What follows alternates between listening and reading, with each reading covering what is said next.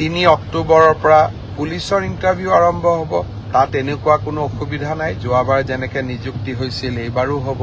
যে সিলেবাছ কেতিয়া দিব, মই অহা পৰহি বা মেক্সিমাম 4 দিনৰ ভিতৰত সিলেবাছ দুখন প্ৰকাশ কৰিবৰ বাবে মই ৰিক্ৰুটমেণ্ট কমিশ্যনক নিৰ্দেশ দিছোঁ। হেল্ল' নমস্কাৰ, কুমৰুকসুদুম কলম্বাই লগতে কাৰ্ডুম।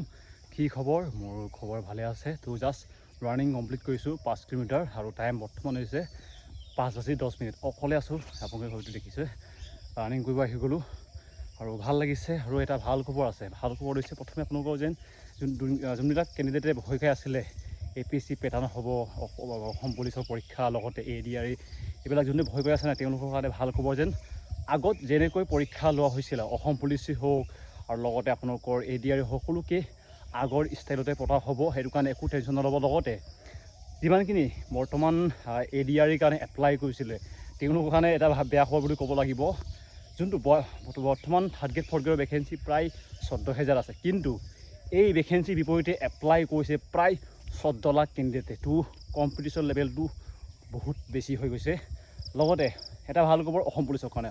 অসম পুলিচৰ কাৰণে আগতে যিমানখিনি কেণ্ডিডেট এপ্লাই কৰিছিলে এনেকৈ আছে বুলি কৈছে। ইমান এপ্লাই প্ৰক্ৰিয়াটো বেছি হোৱা নাই বুলি কৈছে। এইটো CM ছাৰে কৈছে। লগতে অসম পুলিচতো একো পেটাৰ্ণ চেঞ্জ নকৰে।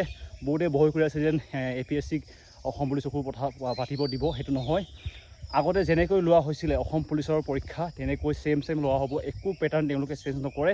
এইটো কাৰণে লগতে অতি সোনকালে চিলেবাছ আহিব 3rd গ্ৰেড 4th গ্ৰেডৰ। লগতে হয়তো অসম পুলিচতো চিলেবাছ দিব পাৰে এইকেইদিনতে।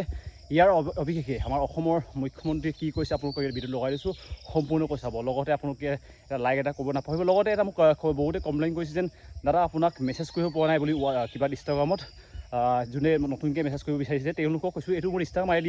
আপোনালোকে এটা মেছেজ কৰি চাবচোন। যোৱাকালি মই ছেটিংটো ঠিক কৰিলোঁগৈ। মোৰ অলপ ছেটিং কেইটামান ভুল আছিলে, এইটো কাৰণে মেছেজ যোৱা নাছিলে।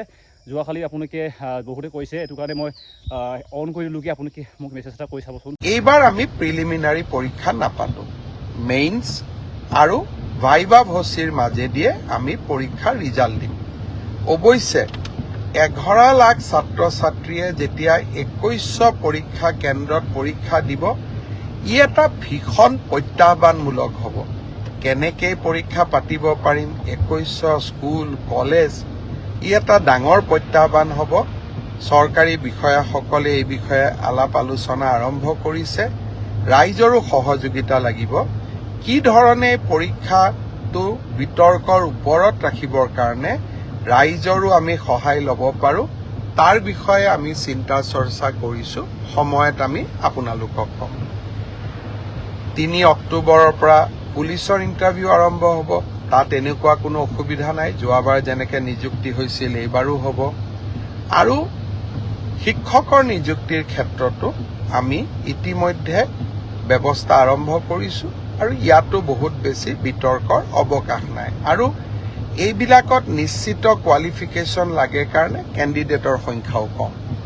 কিন্তু 3য় আৰু 4ৰ্থ শ্ৰেণীত এইবাৰ অসম্ভৱ প্ৰাৰ্থীয়ে আবেদন কৰিছে। সৰ্বমুঠ 18 লাখ আবেদন এই 14,000 পোষ্টৰ কাৰণে আমাৰ ওচৰলৈ আহিছে। যি কি নহওক, দুই এজনে সুধি আছে যে সিলেবাছ কেতিয়া দিব।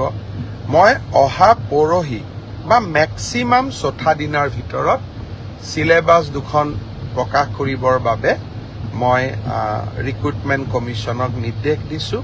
আৰু মই ভাবোঁ যে ইয়াৰ পিছত এই পৰীক্ষা সম্পৰ্কীয় আপোনালোকে যি কথা বুজিব খোজে, জানিব খোজে, ইয়াৰ পিছত ৰিক্ৰুটমেণ্ট কমিশ্যনে আপোনালোকক জনাই থাকিব।